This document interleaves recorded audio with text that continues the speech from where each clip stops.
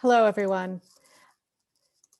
Welcome to our event, the Election Reform Agenda, a deep dive into H.R.1, where we will discuss the most pressing issues on election administration that are shaping our democracy.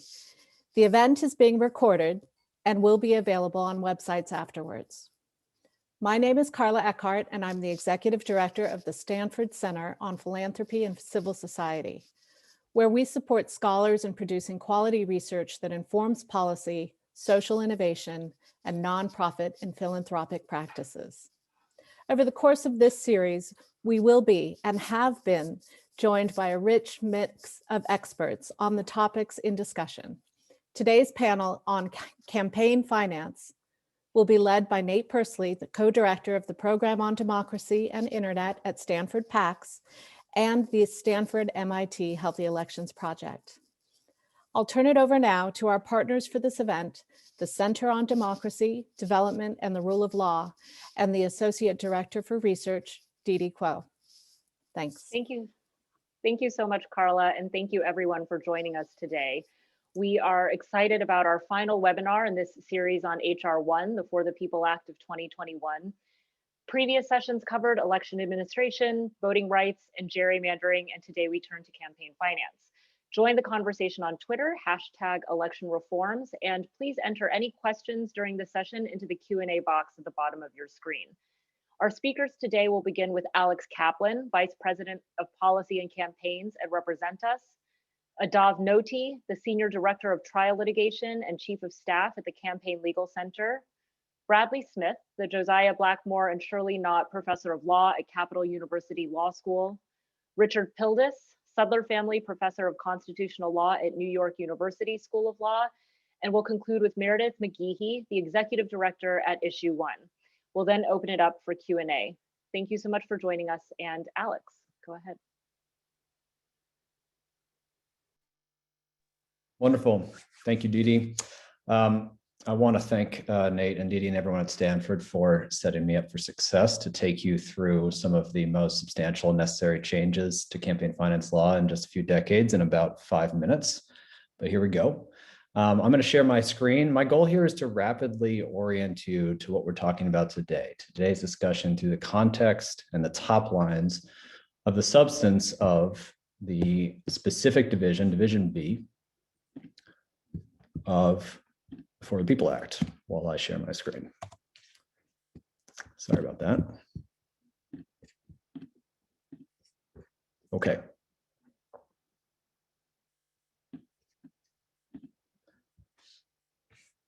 The For the People Act is divided in the campaign finance sections we're going to be discussing today into 3 sections inside of Division B. For orientation, we're talking about largely amendments to the Federal Election Campaign Act. And this is indeed a substantive bill. I want to be upfront about that. We're talking about 280 pages of bill text today inside of a large, near 900-page bill. But before we divide into the substance, I want to share with you my kind of contextual compass for approaching this issue.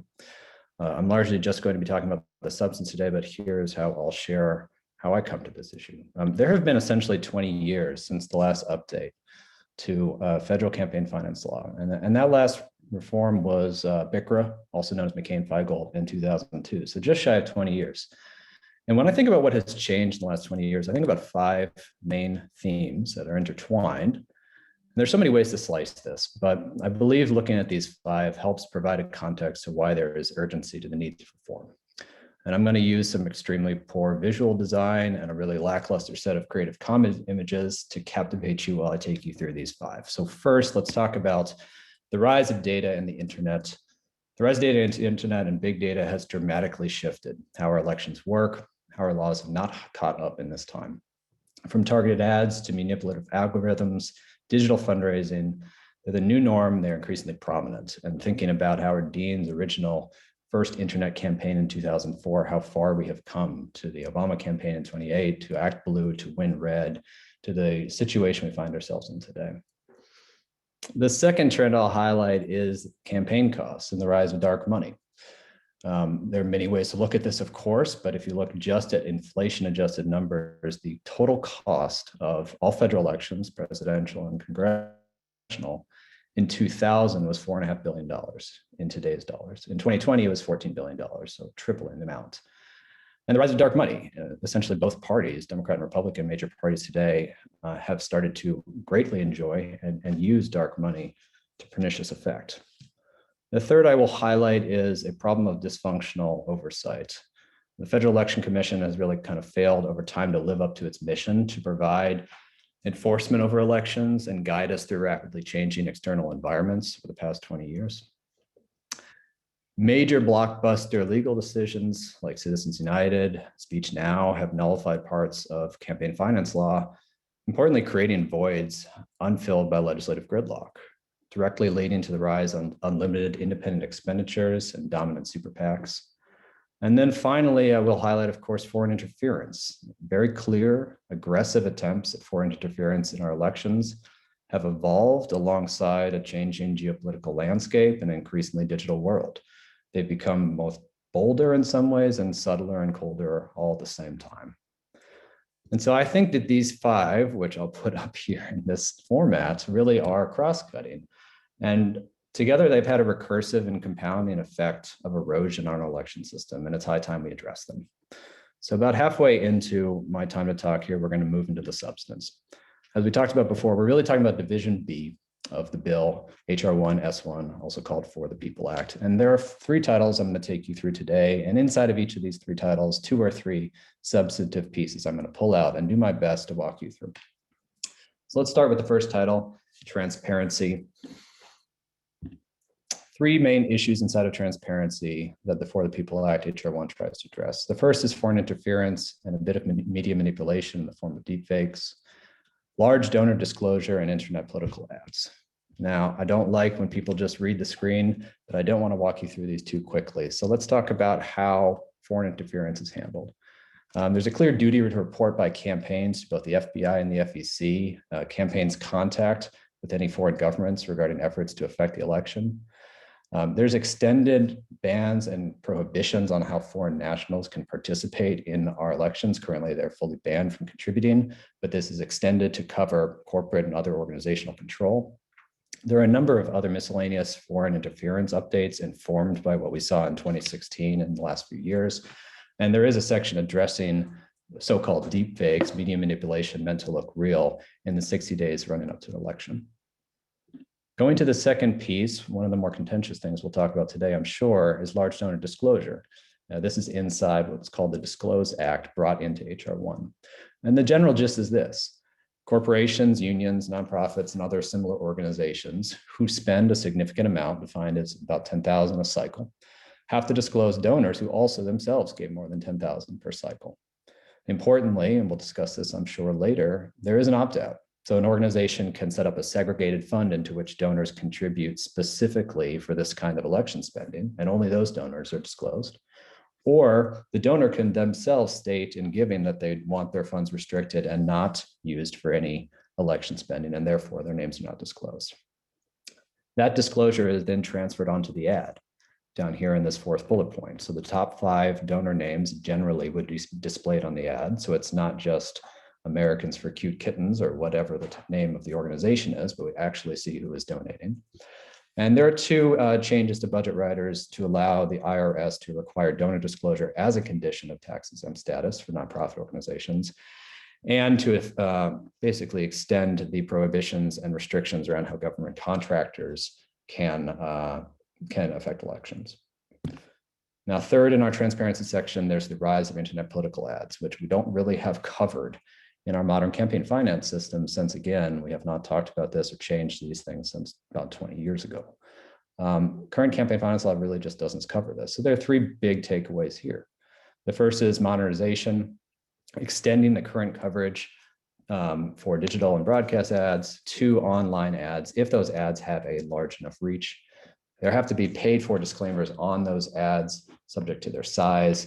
And there's a duty for large platforms, defined as platforms like Facebook and others, who have 50 million unique US visitors per month. So it's not just hits, to set up the types of databases that show who is buying, what types of ads, how much they spent, if they did micro-targeting, and what the reach was. We'll go on to Title V, Empowerment, which I put here in green, again with these terrible colors. Two main sections here, small donor public financing and a little bit on small donor accounts for party committees. But we'll focus first on the first one. And I'm going to take you to two slides, congressional elections and presidential elections. They're pretty similar, but it is important to point out. Again, following Supreme Court jurisprudence, all of these programs that are being set up are voluntary. The candidate must opt in to public financing. And if they so do, the structure generally is that for every dollar given by a small donor, defined as someone giving under $200, that dollar is matched from a fund up to $6 on top of that $1 match. There are conditions for a candidate to play. They have to basically prove that they're bona fide by raising a number of small dollar donations. They have to limit their use of personal funds. The contribution limit is lowered for them if they're playing in the system. They can't hold on to the funds in excess of $100,000 once they're done with the campaign. And there are significant penalties for not following the system. The funding is a 2.75% surcharge on settlements and civil and criminal penalties. The CBO's estimate is less than 0.01% of the federal budget over 10 years. And importantly, this is not taking any new taxpayer revenue to pay for. There's also an important piece, a pilot program for a voucher model of public financing, which has been used in Seattle, proposed a while ago, and has taken a lot of interest throughout the United States for 3 states to pilot giving $25 voter vouchers to voters in their state to give to congressional candidates of their choice. The presidential public financing system, which has been around for a long time but has slid into dysfunction, gets a modernization here in much the same way the congressional system is set up.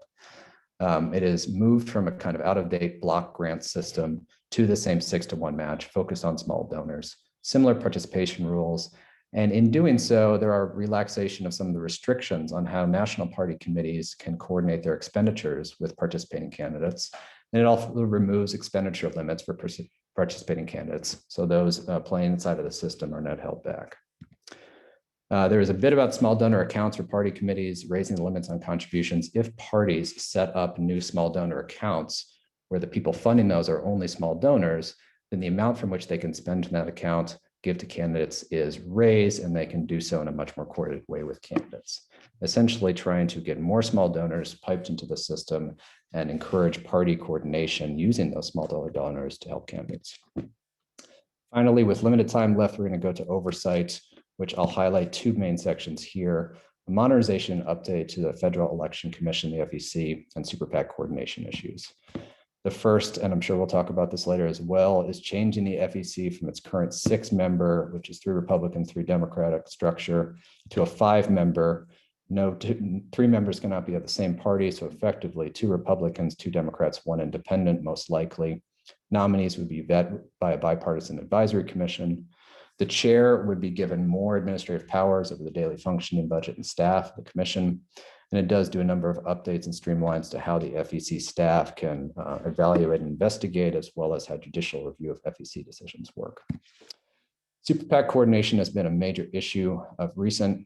A number of pieces will address major assumptions about, here the second bullet, the types of spenders, who, if someone was a former staff of a candidate or as a fundraising group or other sorts of closely held individuals, that spending is assumed to be coordinated with the candidate and therefore is subject to contribution restrictions. And it changes the categories of spending that's counted as a contribution if it's in fact coordinated with the candidate. So I'll recap here as I close. Didi and Nate, thank you, with these 5 images again and 20 years of change, and thinking about how I want to revisit this contextual compass, because these are truly massive shifts our election environment has had, with compounding effects and no proactive legislative intervention. Continuing on this path of kind of passivity and gridlock puts our democracy in further danger and does serious disservice to the heart of our democratic system, who really are our voters. And I think they continue, the voters, to roll through this destructive cycle of seeing dysfunction, feeling distrust, getting discouraged, and moving into different corners of detachment, some of which are more destructive than others. So my view ending up here is that H.R.1, if passed as written, would be a clear net positive to a broken election system. That's not to say it's not perfect and could not improve. It certainly can, Upcoming committee hearings and markup sessions will continue to provide that opportunity, and so will this discussion. So thank you for having me. Sorry to go a few minutes over. I do believe most of all, it is time to deliver reform. Thank you. Thanks so much, Alex. Now we'll hear from Adav Noti. Thanks, Dee. Thanks, Alex, for having me. So, now, for me, it's always exciting to talk about how money affects democracy. But when I listen to the details that Alex just laid out, it's incredible. It's incredible what opportunity we have as a country right now to, fix these distortions in our political system and give people back their constitutional right to be part of the campaign process. So what do I mean when I say there are distortions in the system, and how would H.R.1 fix them? So the overall problem is that citizens have constitutional rights to have their voices heard in the campaign process and to get information that they're entitled to. And those rights are being violated every day in at least 3 ways that H.R.1 would fix. So first, the current system takes away the average American's ability to have a real voice in campaigns, because in a world with $1 million contributions to super PACs and joint fundraising committees that can hit up rich people for hundreds of thousands of dollars at a time, what difference can a regular person's $30 contribution make? And for every one of the tiny number of candidates like an AOC, right, who can run a campaign on small contributions, there are 100 other candidates or more who owe their whole campaigns to their big donors, and even worse, owe them to the corporations that give money to their super PACs. Ordinary people, small donors, just have no meaningful voice in any of those campaigns, and that's in real contrast to the whole point of the First Amendment, which is that discussion and debate about political campaigns is the right of every American, not just corporations and rich people.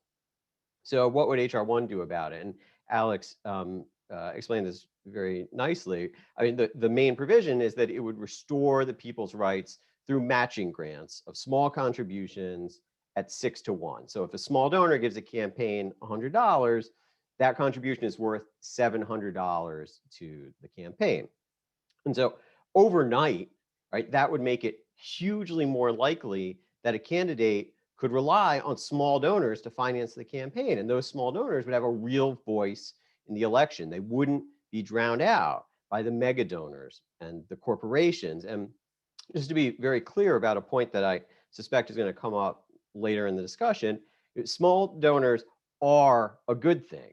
Okay, there's been some disparagement of small donors as basically just sort of ignorant sheep who give all their money to whoever the most outrageous candidate is on each side. And it's just not true, right? It's the big donors who've dominated the system for decades who created the polarization that we have now. We need small donors, not tiny little slices of small donors like we have, but massive nationwide, fully representative class of small donors who are incentivized by the matching system to help fix this polarized mess that the big donors have created. So that's the first problem for H.R.1 to fix. The second problem is that voters are also losing access to political information that they have a right to know. Right? The whole functioning of the political marketplace relies on information. And information about who's paying to get candidates elected is tremendously valuable to understanding what those candidates are going to do once they're in office. So, most voters don't read FEC reports, right? But they do rely on journalists and others to synthesize that information. Does the candidate have ties to white supremacists? Voters have a right to know that. Has the candidate's super PAC taken a lot of money from coal companies? Right? As a voter, you might like that, you might not, but either way, you have a right to know. And under current law, it's just ridiculously easy to hide that information. So at the same time as voters are getting this barrage of misinformation and just garbage on social media, they're not getting the information they actually need to make informed decisions in the political marketplace. Yeah, H.R.1 would go a long way towards fixing that. It would require, as Alex mentioned, transparency of every donor who gives more than $10,000 to pay for an organization's campaign activity. So H.R.1 would stop big donors from doing what they're doing now, which is hiding their campaign money in fake nonprofits and LLCs and the like. And it would also make sure that money on Facebook and other digital spending is transparent. So we have a public record specifically of political ads run online, and journalists or law enforcement agencies can catch money that's getting into the system illegally that way, which right now is really quite difficult to catch. The third big problem that H.R.1 takes on in this area is that what few good laws we do have, nobody's really enforcing. The FEC, which is supposed to handle most of the law enforcement in this area, has 6 commissioners, 3 from each major party, and 4 of the 6 have to agree to enforce the law against anyone. So for many, many years, there have been 3 FEC commissioners, not the same individuals, but sort of a rotating crop, who've made it their mission to help corporations and rich people instead of protecting the constitutional rights of ordinary Americans. And because of the 3-to-3 structure, the commissioners that don't believe in Americans' First Amendment rights have been able to hide behind the quote unquote deadlocked votes, which is the FEC parlance, to avoid being held accountable for taking away Americans' rights. So to fix the FEC, H.R.1 would change to a 5-commissioner system, no more than 2 from any one political party, and require a majority of commissioners, so 3 out of 5, to block investigations by the non-political staff. So in every case, whether it's 3-2 or 5-0, you're going to have a majority vote to either enforce the law or not enforce. So there can be accountability for those decisions in both directions, whether under enforcement or over enforcement. And let me just conclude by being really clear that any suggestion that somehow the FEC has some sort of credibility from having an even number of commissioners, this is just absolute fiction, right? The agency has 0 credibility within the federal government or among the American public as a law enforcement body. So the only reason to keep the current structure would be if you don't want the FEC to enforce the law. But the polling is really clear that the huge majority of Americans want election laws enforced, and H.R.1 is a great way to move us in that direction. So thanks again for having me. I'll stop there and I'll turn it over now to the former chair of the FEC, Brad Smith. Thanks, Adav. Brad. All right, well, thank you for inviting me, and thank you all for tuning in. H.R.1 largely consists of an agenda that includes a number of made-up facts and a number of made-up crises that don't really need to be addressed, with the end result of largely penalizing the speech of U.S. citizens, not foreign citizens, but U.S. citizens, not corporations, but U.S. individual citizens. We can start with just a few of the most obvious things, based on what's already been said. The crisis of dark money. Dark money, by any interpretation, makes up at most 2 to 4% of total political spending in federal races. That's some, that's not nothing, but 2 to 4% sounds more like something that's manageable rather than a crisis. We don't have enough police on every corner to stop the last 2 to 4% of crime because there's a cost to trying to stop certain things. And some people may, in fact, have valid reasons for wanting to keep their political donations private. You might ask yourselves, if you're watching, do you think people have a right to know who you have political conversations with? Do you think they have a right to know what political causes you support and what candidates you support? What if you support candidates that are really unpopular, or really unpopular with your co-workers or with the partners at the law firm you're trying to make partnership at, or with whomever it might be, companies that you do business with, and you just like to keep that quiet? But it's 2 to 4%. We've heard a lot from Adav about, the corporations. Corporate spending, by the highest measure, is about maybe 5 to 6% of total spending in U.S. elections. Again, would some people rather have none? Sure. Is it a crisis? I don't know that 5 or 6% is a crisis. Remember, corporations are important players in American politics. They have important voices to be heard. They can tell us if the president's tariff policies are going to be detrimental to the businesses that people care about and rely on for their employment, for example. So I'd be cautious about wanting too quickly to get rid of the voice of people who, in fact, have information that ought to be shared with the US public. But for all that, I'm going to focus primarily on this notion of FEC oversight and the parts of the bill that get into the FEC, because I think they show the kind of agenda that's there and some interest. And then I'll come back to a couple of substantive things, time permitting. The idea that the FEC is riddled by gridlock and must have a 5-member commission really, I think, makes no sense. Dov ended by saying, well, there's 3 commissioners that favor the corporations. That's what they do, which is kind of, I think we can tell it's a caricature of any position that they have.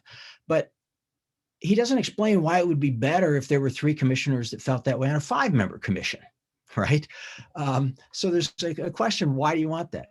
A 5-member commission, although you're going to have an independence, so to speak, doesn't mean that it's truly going to be free of partisan control. For example, currently now there is a, quote, independent on the FEC, a man named Stephen Walther. I like Steve, I think he's a pretty good commissioner, actually.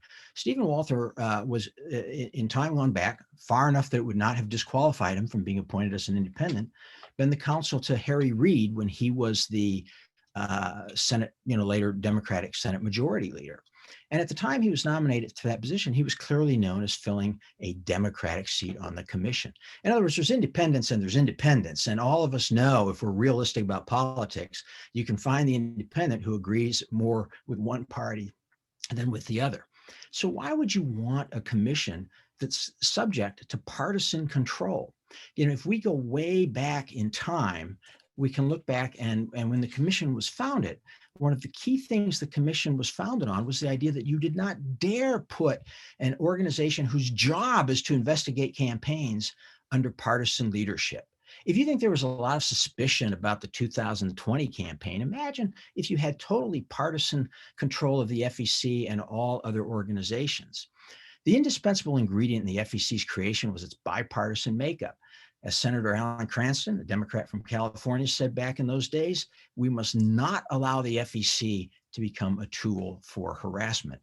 And that's what you're trying to do when you create a 5-member commission. Of course, the way this is set up is it would be appointed by the current president, President Biden. He would make the appointments at such a time to assure Democratic control through the 2024 and 2028 elections. Of course, after that, it might swing to Republican control. We don't know.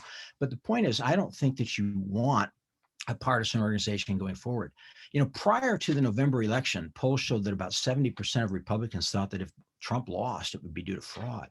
But interestingly, almost as many Democrats thought that if Biden lost, it would be due to fraud, right? So imagine if we were put ourselves in a position where we now have partisan enforcers up and down the line, including at the FEC. And from beyond that, then the FEC is then structured in ways as to be somewhat unfair. For example, here's a little known provision of the bill. It says that if, for example, the FEC finds that somebody did not violate the law, then they can be challenged in court and the court will review it de novo. That is, they'll give no deference to what the FEC decided. If, on the other hand, the FEC decides that somebody did violate the law, and the FEC goes, and that person wants to challenge the FEC's decision, then the FEC's decision on the law gets deference. So the whole idea is to rig the system in favor of finding violations. Now, I don't know about you, my understanding of due process was always, in the United States at least, that we wanted to favor the accused, that we didn't want guilty people, innocent people to be found guilty, and that was more important, even if it meant that a few guilty people got through the system. And we see all kinds of references like that. The idea that the FEC is torn by a deadlock, not really true. It deadlocks, according to all the academic studies, about 1% to 6% of the time. The vast majority of the time it reaches a decision. And this bipartisan makeup forces it to compromise. It forces commissioners to compromise on regulations, to think about adjudications, and not to allow the system to become one more partisan weapon in the political arsenal.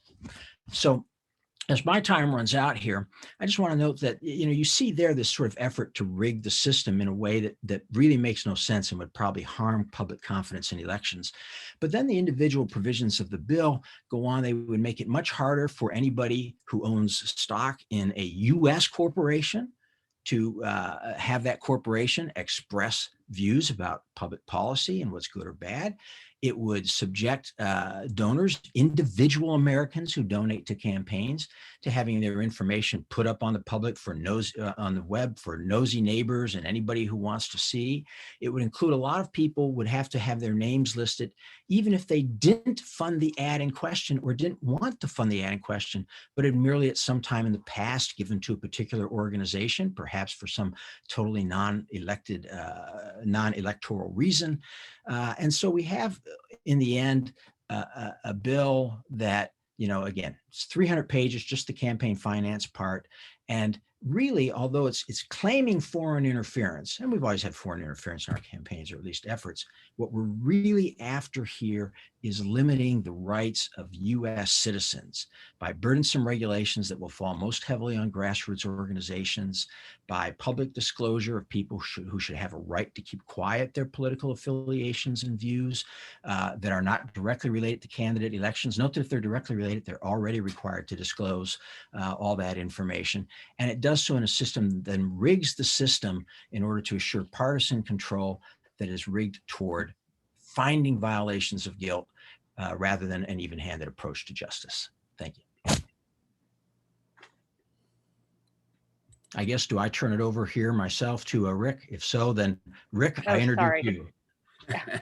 Thank you, Brad. I guess. Moving on to Rick. Appreciate it. So first of all, thanks to Nate and to Dee Dee and to everyone at Stanford involved for putting these sessions together. I've actually listened to several of the other sessions on H.R.1, and I've learned a lot from them. And I hope people learned something valuable today about the campaign finance provisions in H.R.1.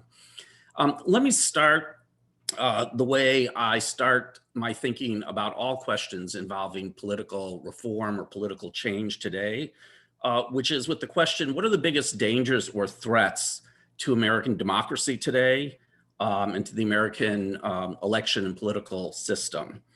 And in my view, and I assume many of you will share this view, it is the role of extremist forces in our political culture and in our politics.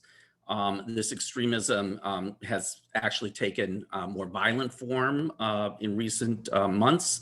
There is latent potential for violence out there, certainly. And in addition, more extremist forces in government, in Congress, make it even more difficult for a Congress that is already highly gridlocked to actually deliver effectively for Americans on the issues that they identify as the most pressing issues to them. And that itself is another danger for democracy, because if democratic systems can't deliver repeatedly on the issues people care most about, it fuels alienation from the political process and even questions about the democratic system itself. So in my view, all issues about political reform, particularly after recent years, have to be thought about from this perspective. And reform ideas that have been around for a number of years and that have been justified in a variety of other good democratic terms, sometimes will have to be rethought, in my view, given the rise of these extremist forces and the political moment that we actually are in now and are likely to be in for some foreseeable period of time. So with that said, let me turn to the campaign finance proposals in H.R.1 and talk about them from that perspective. As Alex said, it is a form of public financing, but public financing can take two very different forms. The most traditional form of public financing, and the form that is used in nearly all the states that do have public financing currently, is government providing grants to candidates based on some formula, such as the average cost of prior winning elections in some period of time, after people have raised a certain amount from individual donors, just to show their kind of credibility of the campaign. And I want to say at the outset, I tend to prefer this approach to public financing to the one in H.R.1. H.R.1 is a second type of public financing. It's one that's become of great interest in just the last recent period of time. The proposals in H.R.1 are largely modeled on the major public financing matching grant program that we've had so far, which is in New York City, although H.R.1 differs from the program dramatically that's been at use in New York City in at least three very, very important ways that I'll mention. My concern with H.R.1, which is the 6-to-1 match for small donations, is that it will greatly increase the forces of extremism and polarization in our politics. And let me show you just a little bit of data so that we can ground this discussion a bit. I'm not going to show very much. But first of all, let me start with what we know about donors in general to campaigns, which is that those who donate to campaigns are not at all representative of the American public. If you look at this chart on the left-hand side, you see a plot of those who donate based on the ideological spectrum in the x-axis from the very liberal to the very conservative side of the spectrum, versus on the right-hand chart, all American adults on that same ideological spectrum. And what you see is something that's been shown over and over in the empirical studies on campaign finance, which is that donors tend to come from the polls, not from the center of American politics. They are the people who are engaged enough to give money to campaigns, and they are not typical or representative. Now, there's certainly no reason to think small donors are any different in this respect. And in fact, there are good reasons to think that small donors are even more polarizing and more likely to give, or have been more likely to give, to the extreme wings of the parties. The biggest success at small donor fundraising in our history is Donald Trump in his presidential election campaigns. This revolution in small donor financing is actually fairly recent. And of course, it's all empowered by the internet and the ability to now reach large numbers of potential donors through the transaction list or reduced transaction costs of reaching out to people through the internet and contributing through the internet. But one of the things I find very odd about some of the discussions of small donor financing is we have moved from our early kind of very positive thoughts about how the internet and social media will democratize information, will improve democratic politics, to a recognition of how dystopian social media can be in terms of its effects on our politics and our political culture. When we're talking about raising money through this same medium, most of those same forces that drive the polarization, the extremism, the outrage culture, and the like on the internet are also very likely to be true about raising money in this way. Let me just show you very quickly some more data that I put together. This is the top small donor fundraisers in 2018, organized by just the percentage of money. Whoops, I guess I can't show you that. I'll just tell you what I know about that from the information I put together. If you look at the people who raised more than 50% of their funds in 2018, which is the most recent data we have from small donors, you'll see on that list people like Jim Jordan, Matt Gaetz, Devin Nunes from the Republican side. Oh, here it is. Thank you, Nate.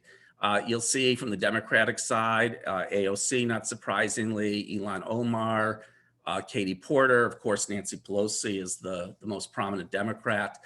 And that just gives you a little bit of a window into who are the people who are most successful in raising money from small donors on the internet when we're talking about running for Congress. None of this is surprising to people who have experienced in the pre-internet days fundraising through what was called direct mail. When you tried to raise money through direct mail, mass mailings, mass solicitations, it was recognized that the more extreme the appeals, the more likely they were to attract donations. For those of you who still get mailings in the email, either through email or regular mail even, from various groups that you might contribute to, I'm sure you'll recognize how these groups almost always send out fundraisers in the sky is falling mode. Our issue is about to be devastated if you don't contribute. That's in the dynamic of trying to reach a mass audience to contribute. Now, I also want to point out certain things about H.R.1 that make this risk even greater. First, the New York City program on which this is based actually limits the matching funds to people who live in New York City and contribute. The bill here does not put any geographic limitation on whether funds will be matched from inside the district or outside the district. Most of the money coming from small donations and others comes from New York, Texas, California, Chicago, Miami, places like that. The more national the money is, the more polarizing it is. It's not moderates who are attracting money from way outside their district. It's the people who have the highest profiles, which comes from notoriety, comes from celebrity status, comes from the dynamics you know through the internet. In addition, if this is still in H.R.1, and I haven't looked at the most recent version of the bill, it's not even actually a small donation program because a small donor program, because it will match contributions under $200 from the same person, no matter how many times you give $200 to different candidates. So in other words, I could give $200 to 435 people running for the House, and every one of those would become a $1,400 contribution matched with $1,200 for a grand total of over $500,000 I could effectively give. Now, I don't understand at all what the logic is in not limiting the match to a single donation of under $200, but we can talk about that. We're still in the early days of understanding the small donor ecosystem. At the presidential level, it started with Howard Dean, and Barack Obama perfected it in his moment, and then Donald Trump took it to another level. For House races, it's only been in the last 4 years that small donors have played or begun to play a major role. I am definitely concerned about whether we will inadvertently, in the name of good government reform, fuel the forces of extremism, turbocharge them with a small donor matching program. And that's why I prefer to have the money come through traditional public financing, where it is the general treasury providing the grants, not having money directed by those who are so engaged that they come from those two poles of the political spectrum, making the center of American politics even more and more marginal in our political life, with all the costs that come from that. Thanks very much. Thanks so much, Rick. Now turning to Meredith McGehee. Well, thank you very much for having me, and it's great to be on this panel. A lot of interesting conversations. I feel like there was a time there where Brad Smith and I were taking the show on the road and debating these questions for many years. So obviously the twain shall not meet on some of this. But I'm going to spend a little bit of my time, and please, Dee Dee, make sure I cut off at the right time. But I think we have to start out with a political lens here. Issue 1, where I'm the executive director, has not joined in endorsing the bill, but that's mostly not because of any substantive question. I think it's a very strong bill substantively. What I just want to point out is this kind of strange political time we're in, and how the future, I don't want to prognosticate what will happen, but it's very difficult at the moment. I know when you talk to both Republicans and Democrats, to figure out how we can really span this chasm between the two parties in Washington to get something done. I would actually start from the position that I think is different than Brad particularly. I think we are in a crisis as a nation. January 6th was a certain type of crisis, but it was built on this question of public trust in government. And this question about whether American people believe that our system as a democratic republic is actually working, and whether or not the representatives that are sent here to Washington represent them as individual Americans, or end up in a system that pretty much forces them into a different agenda. And I think and that agenda is one that is more responsive to the people that play in the system and the money and politics system. While there can be critiques of this legislation, as I say, I think it's a very strong substantive bill. I think there's a burden that should fall on the Republicans in Congress. And that is, they are doing the equivalent in this question about how our system is working, of standing in the schoolhouse door and not coming up with any particularly constructive recommendations.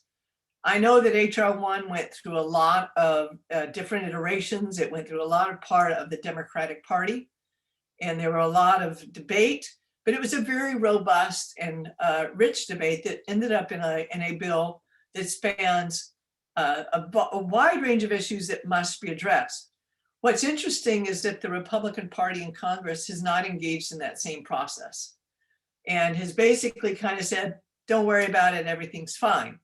I think when you have a system where about 1.4% of all Americans give $200 or more in federal elections, I'm not surprised that Rick Pildes' chart looks like it does, because the current system makes it difficult not only to help people engage, but to incentivize average Americans to engage. So to kind of extrapolate from our current system and what it does to individual small donors and say that's what would happen in a system that is envisioned by H.R.1, I think kind of misses the fact that the dynamics of the current system basically reward celebrity politicians, whether they're on the right or on the left. And it does not do the work that needs to be done to increase small dollar contributions to the wide range of officials that we have. We know that when this bill passes the House and heads to the Senate, it's going to face a tough row to hoe. It's really very difficult over there. Mr. Manchin, Kristen Sinema have both said they are not interested in getting rid of the filibuster. There haven't been a lot of Republicans over on the Senate side or the House side who have said so far that they're willing to engage in supporting H.R.1 or even to want to come up with alternatives. So this is really the political question of our time. And while there are many issues up here that we are dealing with in Washington where we have kind of hit the brick wall, I think when it comes to having a siege on January 6th, where a significant portion of Americans believe that the election was not free and fair, and the partisan breakdown reflected in those beliefs means that we obviously, as a country, need to really consider very dramatic and bold new ideas. But it can't be the province of just one party. And I think that's because we have a 50-50 Senate. And to some degree, we have a 50-50 country in that we're not seeing huge swings of voters. We're not at a time where the Democrats are at 60 votes or the Republicans.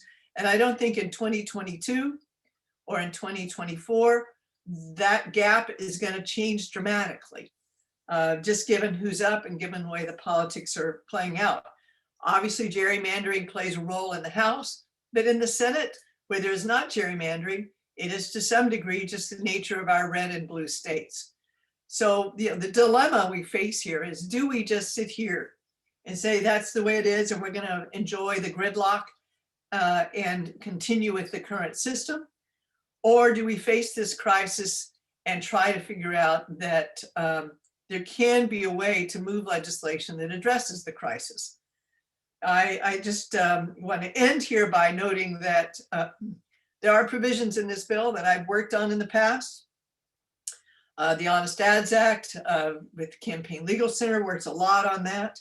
Tried to figure out how to make the FEC actually function. It is the most successful agency in Washington because it does exactly what it was designed to do. If you go back and look at the history of the organization, which was to be a toothless tiger.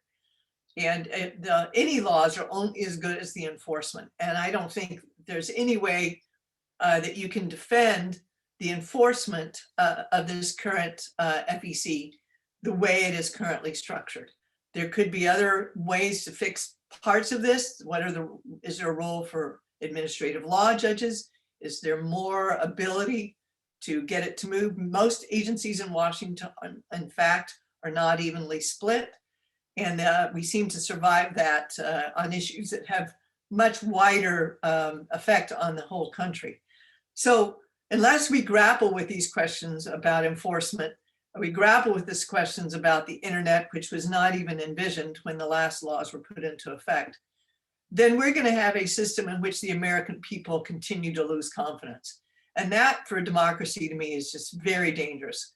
So this is the crisis we face, and I appreciate that folks here are willing to kind of engage on that question and figure out how we can get out of the box, if you will, that we're in.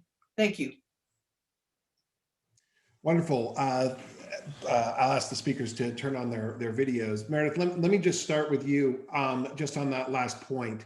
And this is trying to voice Brad's point from before, which is on the one hand, we need, enforcement of the campaign finance laws. On the other, given the polarization, if there is a partisan slant to the FEC or any campaign finance body, that sort of the risks of partisan enforcement are particularly high in this environment. So given that, what is sort of your response to his point that you were talking about the FEC as a toothless tiger?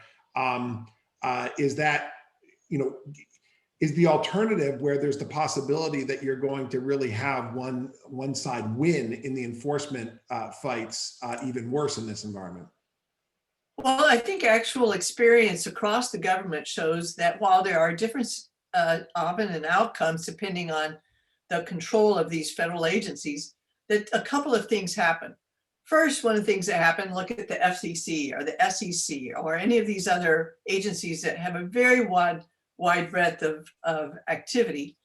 You find that first, they understand it. The worm can turn, that if the next election comes in and a different party takes control, they can reverse or change many of the decisions that we made. We're seeing that right now in the FCC. I don't think that's necessarily a bad thing. I think that's a responsive system.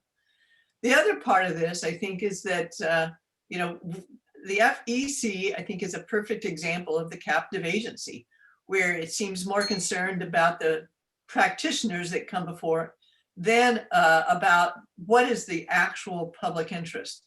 So to make it a more responsive agency that is not as, Mr. Hayes, when he was designing this, you have to remember that the people that originally came up with the agency back in the days of Watergate were Republicans. And they actually proposed an odd numbered commission. And it was Mr. Hayes, a Democrat, that said, I don't want to give anybody this kind of power over me as a politician. And he is the one, a Democrat, who decided to make it weak at 6 and 6, at six ties. So, there was a reason that it was done this way. The rest of the government functions very well with odd numbered commissions. And I don't see why this one should necessarily be any different. Brad, I suspect you might want to chime in here, but if not, I'll ask Adav. Let me be quickly here. First, I mean, the FEC is different than other government agencies. Other government agencies deal with important policy matters, but they don't inject themselves directly into a campaign. And everybody who's in a campaign knows that the FEC is a behemoth there. Also, this idea of the toothless tiger is just, I don't know a better word for it than to say it's BS. I mean, I'm the only one here, I think, who's actually been a commissioner. And let me tell you something. People were scared to death of the FEC, especially the smallest grassroots people. And we'd get letters from them talking about how they would never be involved in politics again. They used to believe in the system, and then the FEC got involved. They got letters saying, I volunteered to help this candidate as his accountant because I thought as a CPA, I could figure this out. And I have never done anything more difficult or stress-inducing than try to comply with the FEC regulations on reporting, which, like this bill, makes much tougher. People don't think the FEC is a toothless tiger. And what happens is when you put all these weight on top of it, you harm the grassroots people who can't hire the top Washington, D.C. talent, right? Who don't know the top Washington, D.C. talent, who can't hire those consultants and accountants. We've professionalized the system. And what H.R.1 tries to do is double down on that by saying, let's make it even harder for people to participate. Let's require even more lawyers and more consultants and more accountants. Let's make sure that nobody ever gets near a campaign without first hiring really good lawyers. So it's a very bad approach to the FEC. The FEC works to the extent it does. These folks, like Adam says, well, they don't want to enforce the law, right? The law is not what Ad of Nodi says it was, or what Meredith says it is, or what I say it is. It's what judges say it is. It's what the members of the FEC say it is. It's what people who are in those positions through our proper constitutional process decide. And when we disagree with the decision, it's not fair to simply say, well, that's because they don't want to enforce the law. The reality is that they may be reading the law differently than we do and have very good reasons for their decision. And in fact, that's usually the case. And the reform lobby here does not have a very good record when it gets into court. So yeah, the FEC has its problems, but on the whole, as an agency, it works a lot better than the idea of having a partisan agency that's going to be directly enforcing it. And all you have to do is look at 2020 election and see how people reacted and blamed partisanship for everything they didn't like to see the wisdom of having a bipartisan agency. Adab, do you want to weigh in on this? And then I'll switch to small donors. Yeah, just one addition to what Meredith said, which I think was all right, and I think in response to the last point that Brad made, which is that in terms of the proposition that the FEC is going to turn into some sort of partisan watchdog, there are two campaign finance enforcement agencies in this country. One is the FEC, the other is the Department of Justice. The Department of Justice is run entirely by the President of the United States. It is a 100% partisan run organization, and it has never, to my knowledge, been accused in any meaningful way of working to enforce campaign finance law against the other side. We have decades and decades of history of the natural oversight powers of the populace and everything that prevents partisan overreach from working quite well in this area, and that would be the case with a 5-member commission. Let me switch to small donors, Rick, and ask whether, in a sense, we've crossed the Rubicon here, which is that one of the arguments in support of this, or in response to your critique, is that, look, we are about as polarized as we can get. Campaign finance is a small part of the engine of polarization in this country. And is it really the case that if we amplify the voices of small donors, that it's going to add much to where we are right now, because we're pretty much far down that road, there are so many other factors that are leading to increased polarization. Well, first of all, let me say the idea that you can't make the system worse with reform is an idea that I reject, and I think actually the campaign finance area, provides a pretty good demonstration of it. And this is one reason, I think we have to look with some skepticism and critical eye over, various sorts of proposals, including in this one. If you go back to McCain-Feingold, which cut off large donations to the political parties, including from corporations and unions, but just large donations. There's no question that one of the consequences of McCain-Feingold, which was understood at the time by political scientists, but not reformers, was that it was going to drive all that money to outside groups. And McCain-Feingold had a dramatic effect in the rise of all of this outside spending and outside groups. Now, most people associate that with Citizens United, which didn't happen until about 8 years after McCain-Feingold. But in the 8 years between McCain-Feingold and Citizens United, that's when we saw this massive development of all this outside money, which I think has been very damaging to our political process. Citizens United added to that, it increased, the rate of outside spending increased after Citizens United. But I think we always have to be careful about getting onto the sort of herding mentality around reform, where all good government people think, well, these reforms are obviously good reforms because other people I trust support them. and ask some of the hard questions, which I think we have to ask now about small donors. There are lots of forces that drive polarization in the United States and that drive extremism in our politics. It's a little bit like, the debate about the virus. If you say, well, if I wear a mask, why do I have to social distance? Or if I get a vaccine, why do I have to continue to wear a mask? A lot of different things can contribute to creating an overall system, even if any one thing in isolation only contributes a certain amount. And I think, and I don't say this with 100% confidence, I want to be clear about this. I am concerned from what I've seen in the data about small donors fueling polarization and extremism and making a bad situation even worse if you turbocharge it with this massive amount of federal matching funds. Now, we're still learning a lot about that dynamic. I do worry about what Meredith said, though. When someone says, well, here's all the data we have up till now, but if we make this change, things are going to be so much different and so much better. I'm concerned about that. I think that can be wishful thinking. And I think we have to pay attention to what we do know so far. And what I see in the data and what we know so far is a tendency of small donors, which makes logical sense. And it's true of individual donors in general, as I started off saying, that these forces come from the poles of our politics. Why build campaign finance on that? Why not build it on general Treasury money if we're going to have public financing, so that, which is going to be more representative because it's the money from all of us. And small donors are a little bit more representative than larger donors, but they're not close to representative of the American public because a small number of people, even with small donations, contribute. And I think we have to worry this language about average Americans and let's bring the people in. It's not going to be necessarily average Americans who are so engaged with politics that not only are they going to show up to vote, and we know we have problems with that, but that they're going to give money to candidates. And if we want to make the money as representative as possible, let's do it through the general Treasury. That's kind of my general view. And I'm supportive of that. Brad probably isn't. But I would be supportive of traditional public financing. I'm worried about where we're going with small donor matching programs. And you can't generalize from local government elections in New York City to how this is going to play out in national elections for the House, for the presidency.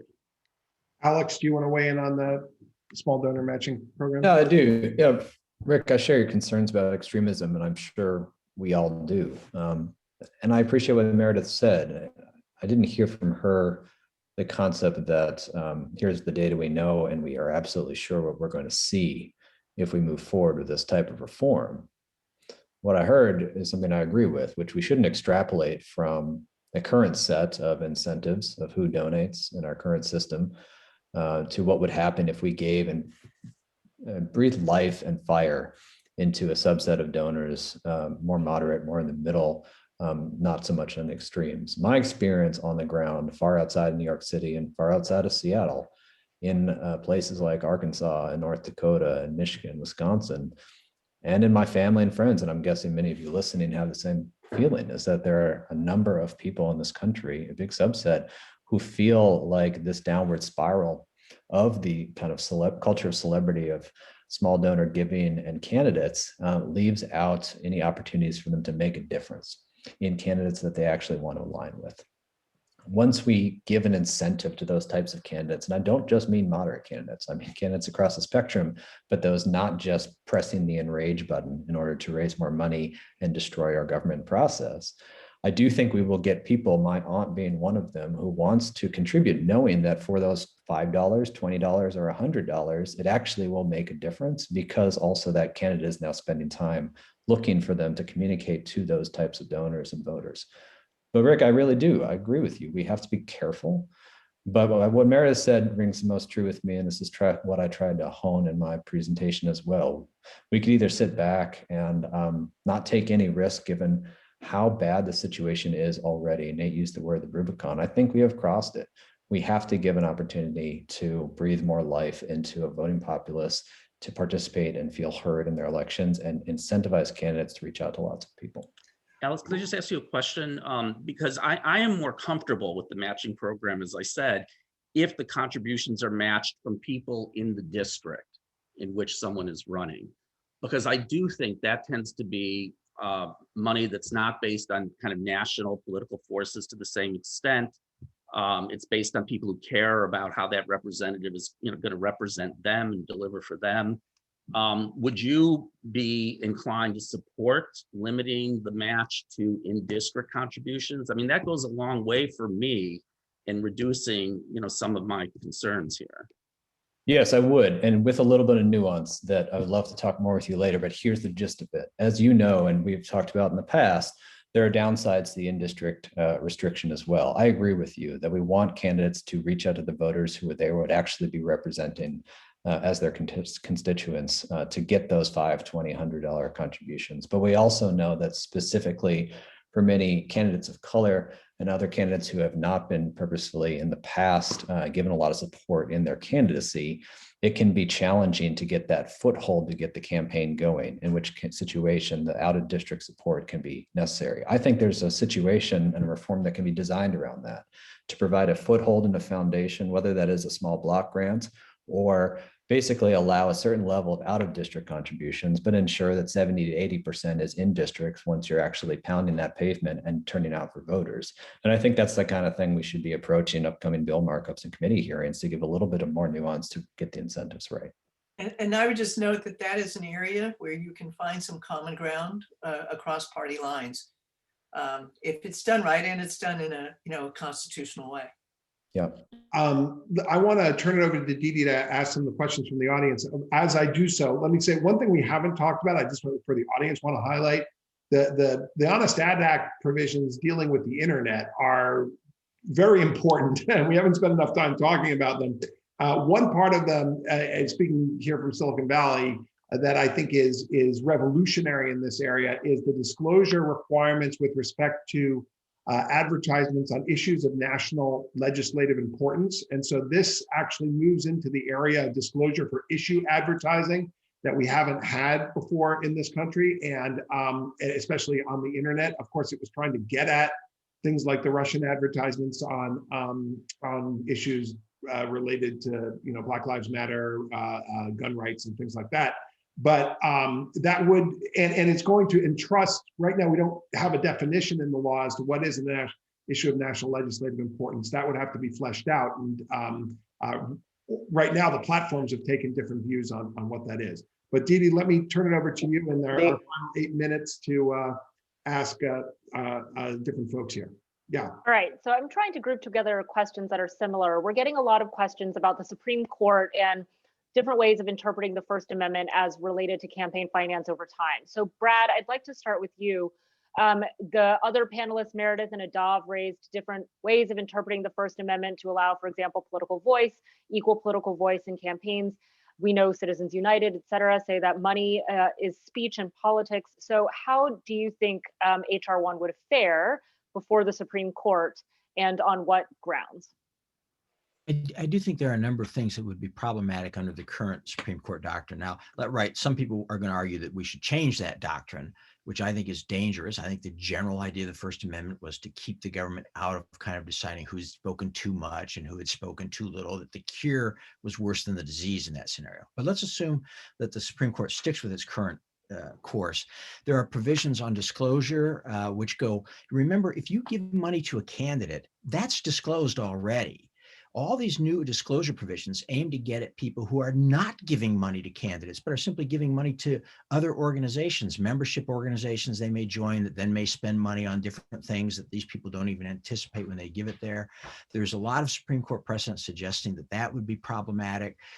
There are certain other provisions that relate to limiting the ability of certain entities, and these are basically, they try, in order to get at foreign influence, they want to prevent any organization that might have any foreign contributor from contributing. So for example, if a corporation has one foreign shareholder, they say, well, that's going to have some problems under H.R.1. And in fact, who's going to be penalized? It's going to be the thousands or many more American shareholders who want to participate in that way. So I do think there are a number of provisions that are going to be constitutionally questionable. But I will say this, the core provisions on spending and so on probably pretty much follow the established Supreme Court line. You can limit contributions, you can't limit expenditures. Adad, did you want to jump in response on my point about the Honest Ads Act and internet? Yeah, I just want to make one point that standard in the Honest Ads Act is not new, and it's not invented by the Honest Ads Act, and it's been in place for campaign finance disclosure for decades. It's the current standard for disclosure of television advertising, and so it's really just importing into the digital area what's been on the books for TV and radio for a long time. Can I ask a question about the honest ads issue, Nate? So this is all about ads, whether it's election ads or issue ads. But how much of what we have come to be worried about with political information communication on the internet is actually about ads versus things that are not ads, but are deeply, like I think a lot of the Russian interference in 2016 did not involve ads. Almost all of it didn't involve ads. Right. So whatever one thinks about the Honest Ads Act, how much of a difference, if it were passed in exactly the form that it's being proposed in, how much of a difference would it make to the sort of major things we worry about with manipulation of elections by foreign actors or others? Well, different people worry about different things. And so the ads area is one of those areas. And since the internet has largely been unregulated with certain notable exceptions in the campaign finance field, this is just one aspect of the ecosystem which would be regulated. You are right that most of the things people find problematic are organic content. And then there are one of the things the internet enables is all kinds of new ways of spending money. So how do you deal with, say, influencers that you end up paying, like Michael Bloomberg did to come up with, communications that support candidacies. So yeah, I think ads are a small part of it, but we're talking about $1 billion on Facebook alone in the last election. So it's not a small amount of advertising. Yeah, and I'll just add, when we had this conversation, one of the reasons we focused in on the ads, and Adav and I made the rounds up there talking to both Republicans and Democrats when this came up, is that at least we knew it was a regulable activity because it involved a paid speech in this case. And so we focused in on that. These stories of, which turned out to be true, of having people that are in these buildings in Macedonia and they create fake personas, the Beckys in Peoria, and they start talking about things like, oh, I like to knit. Do you like to knit? And then they have a goal of moving the conversation into political discussion. Or examples, there was a study that was looked at the Facebook ads and found that there was an intent to tell Black Lives Matter activists to be on this corner at a time, and then told folks on the other side to be at the same corner at the same time to create violence and conflagration.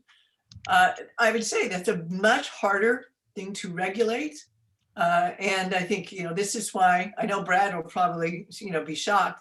We actually tried to approach this with great care and, to be fairly narrow and not try to overreach. But there are also other things. There's other legislation that's trying to get into the question about, foreign money flowing in, but these are really hard things to regulate, and we recognize that. Well, I think we're probably gonna need to end it there. I thank everybody for joining us for this seminar, as well as the other sessions that we've had. There's so much more to talk about, even just in the campaign finance provisions. We could have had 4 hours worth of discussion. I want to thank everyone at PAX. I want to thank Dee and everybody at CDDRL. We will be posting all of these discussions on H.R.1 on the various websites. And stay tuned, because it's possible that we'll actually have a debate in Congress over this, and we'll return to some of these experts for further discussion in the future. So thanks everybody for joining us. Thank you.